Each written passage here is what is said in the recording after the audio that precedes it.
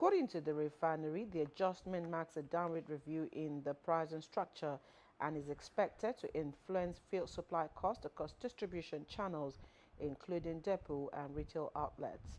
With the new 1,200 naira per litre rate, marketers are expected to recalibrate their landing costs, especially those sourcing locally instead of importing. Similarly, the coastal price of 1,153 naira per litre is expected to affect marine deliveries to coastal depots, providing an alternative supply route for distributors operating in southern corridors.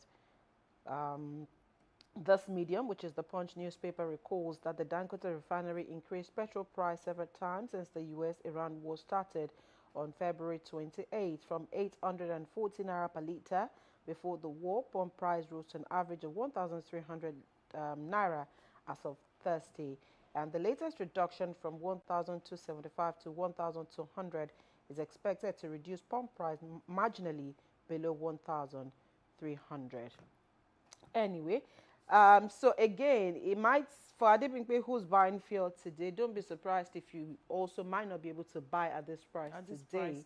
Yeah. Perhaps this will take effect from next week when they start taking new supplies. But we just do hope that, again, but you know, the thrust of this is that there's so much uncertainty still going on at the moment, because we cannot also assume that now that this will come down, it won't go up again tomorrow, because you know that it is not a Nigerian thing, it is a global thing. And if the barrel tomorrow rises again, there might be the possibility that, you know, we'll keep going back and forth. So until Mr. Trump I was and going to mention him. It's until like he's Mr. now begging. until Mr. Trump genuinely begs or Begs. genuinely ends this war, then we might just continue to dilly-dally, because Iran is still saying we're not talking, and if we need to talk, you can't also tell us what we're talking about. So it's still a long thing from now, and Donald he needs to stop lying. Donald Trump is a pathological liar. He He needs thought, to he thought this war was going to be like the Venezuela war, which was easy breezy for him. But Iran, No, he needs to stop lying. they are even Honestly. saying Because they're not again, you're talking asking for to anyone. help. You're asking for help, and the people you're asking for help, you're still dictating, dictating. what you want. How? You can't It's have not your way. possible. If they are mediating for you, allow them mediate. Allow them use their goodwill to mediate for you, and allow this thing to end. But no, you still want to call the shots, even when you're seemingly begging. Begging, yeah. I don't get it. So Let's I'll take your story, move Adebimpe. to the next story. And this is trending everywhere. 32 governors, 8,450 delegates arrive Abuja for APC convention. President Bola Tinubu and members of his cabinet, as well as 32 state governors and 8,453 delegates from across the country, are expected to participate in the national convention of the All Progressives Congress scheduled for Friday, which is today, and Saturday in Abuja. In addition, top party chieftains from the national, zonal, state and ward levels will also grace the convention, where new leaders of the party will emerge. The co-chairman of the media subcommittee for the convention and Minister of Information and National Orientation, Mohammed Idris, revealed this during the APC World Media Briefing held on Thursday, yesterday. Idris explained that the convention theme, Unity in Progress, consolidating the renewed hope agenda, succinctly captures the party's identity, its journey so far, and future direction. He said they're expecting a total of 8,453 delegates, and these are the delegates that we're expecting to come from across 36 states of the Federation of Abuja. The forthcoming national convention marks another milestone in the APC journey. You know, we're talking about this before the show started, and you said there was this really interesting headline that said local airports besieged. I also saw one yesterday when somebody said, I'm not sure if it was a he or she said, Abuja is too full.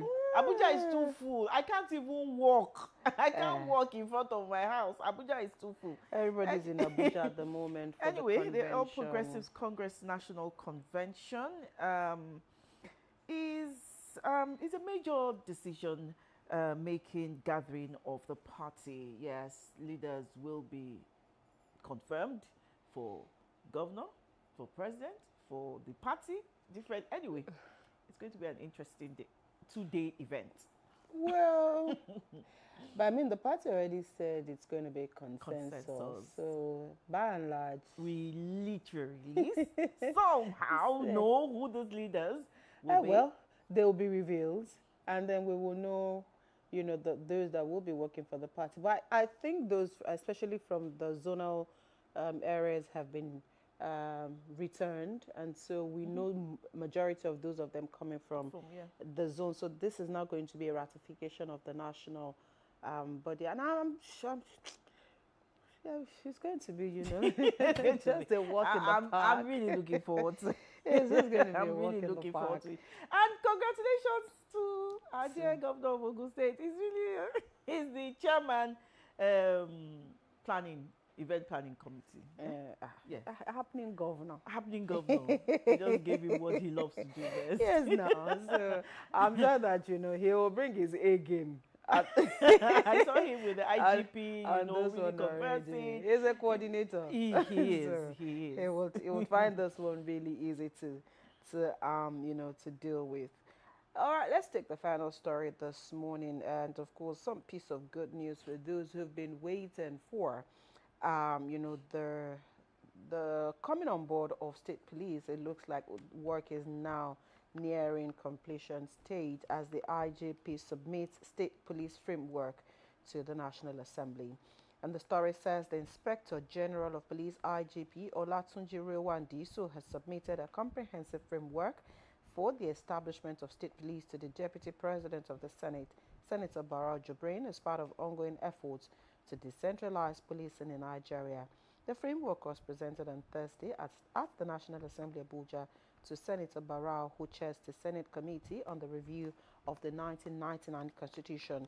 According to a statement issued by the Special Advisor to the Deputy President of the Senate on Media and Publicity, Ismail Mudashir, the 75-page document was submitted on behalf of the IGP by Professor Olu Ogunshakin, Chairman of the Nigeria Police Force Committee, tasked with examining modalities for the establishment of state police, titled A Comprehensive Framework for the Establishment, Governance and Coordination of Federal and State Police. The report outlines the proposed operational structure and coordination mechanisms for state policing in the country. Speaking on the submission, the IGP said the document reflected the professional insights and strategic recommendations of the Nigeria Police Force following extensive consultations and assessment of the operational, legal and administrative implications of instituting state police.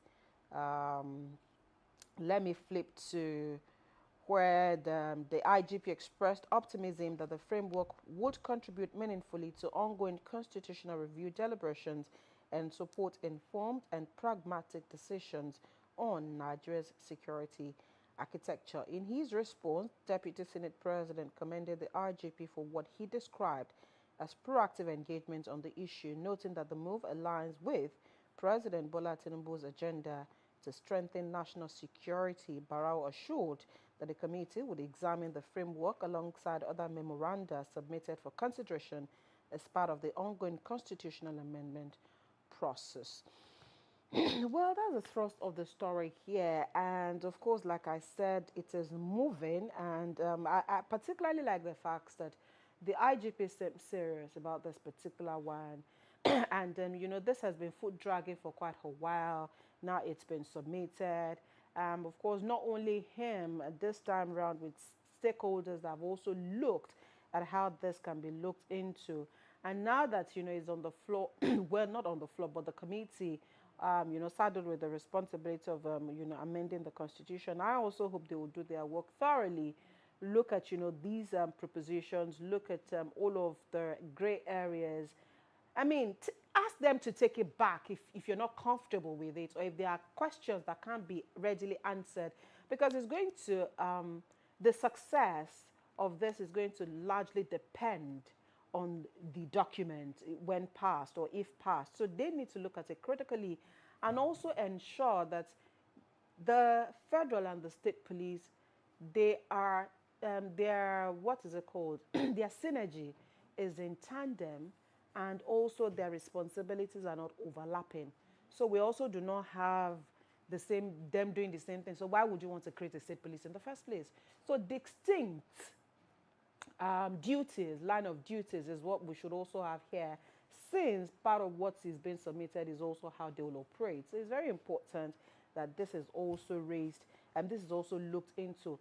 How will the governors also deal with the situation? So the recruitment, the everything, is it still going to be a federal structure, or is it entirely going to come to the state? So I think all of these issues need to be properly deliberated on before a passage of this bill or law is looked into at the end of the day. Yes, Abimbola, you stated it. You know, the proposal will usually outline, you know, structure, funding, recruitment, accountability, and of course, control and authority. You've said it all. And I think after this stage, there will still be public hearings, you know, to ensure that this really, really will work for the state. Okay. Well, those are the stories we're looking for, looking at this moment. Let's go on to the X platform this morning and take a look at one of the many trending stories there. There's this particular trend on the X platform this morning talking about Seyi Law and Uncle Ayo Salako. And of course, what caught my attention when a producer shared this was the fact that he said Ayo Salako is Seyi Law's nemesis. Of course, who's been on a break, 100 days break from the X platform, and now he's returning. So does that mean that the gbasgbos on Seyi Law will continue? As long as as long as he continues to say that he supports President Bola Tinubu. Is it a crime? It is a crime on social media. Why? I don't know why. It's Doesn't a crime he have amongst a right? the youth. You know, and somebody said something yesterday, another comedian, I can't remember his name. He said, look, don't mind all these people, though. They'll come to Twitter and be shouting. And then they'll come to They'll the be bar. at night. And then they'll come and then settle. they receive. Then they receive. Don't mind them. He even brought out a video of another influencer or content creator and said, see, in they go Abuja today. Waiting till they go do. You don't collect and you will go receive more. Oh, you know, I don't God. mind all those people. But That yeah. he's going to vote for For President Mr. Bola President. Tinubu because everybody of has that it. coastal road. Everybody should have a right. Everybody should. I mean, Everybody so should. This is what I have a problem with when it comes to the socials. It's freedom And of association. aside freedom of, I think, you know, this cyberbully thing is actually getting to a crescendo where you can't even as a human being, you don't have a right. Yes, you don't to have do a say. what you want. Yeah. Did you buy data for me? Exactly. It's my data.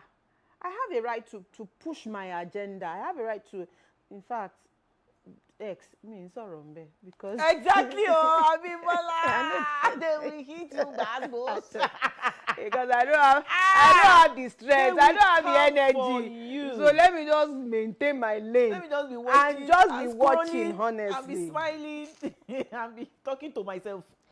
Anyways, I'll be expressing myself to myself. So for those who, of course, also have a good time with, you know, on the X platform, they're ready. Now that Ayo Salako is back, waiting for what will happen. But in all of this, Seyi Law has not responded Yet. and is just kept to school. But I don't like the body shaming, Sha. Yeah, I don't like think the body body shaming is shaming. okay as well, because you don't have a right to body shame anybody. He didn't create Because you don't himself. even know what people are dealing with. You don't know. You think sometimes people just want to remain the way they are. You have no right. to actually say things that ordinarily, now you create the person. Are you Abimbola, God? this Sheilo has been going through a lot. I remember And when he even had his daughter. His daughter, that's what I was going to say, that people went as far as body shaming the Body daughter. shaming the young, That's not the fair. baby. She was a baby then.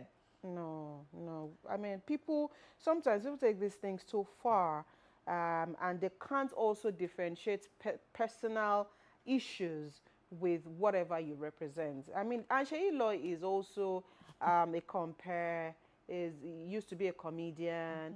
And so, I mean, he represents so many things. Anyway, all right, we need to go. You can go on the X platform this morning to take a further read on why Sheyi Law and Ayo Aluko are trending there. We'll take a quick break. When the conversation returns, part 1 of the conversation will be here. And today, again, we're knocking on the door of Nollywood. What do we have to say there? I just can't wait for a day. I'll see my producer, Dele Adediran, on stage. He's always on the stage now. Acting. Look at him. Enter the flame. Let's see him. Look at him. Everybody now, they now know who Dele Adediran is. Okay. Okay, you didn't come the day Osun State Commissioner came. I thought he came. I thought that Jibola Joshua and Adenike who pack their bags. They will go now. We'll take them on the day the train is going. The train is going on it's Good Friday.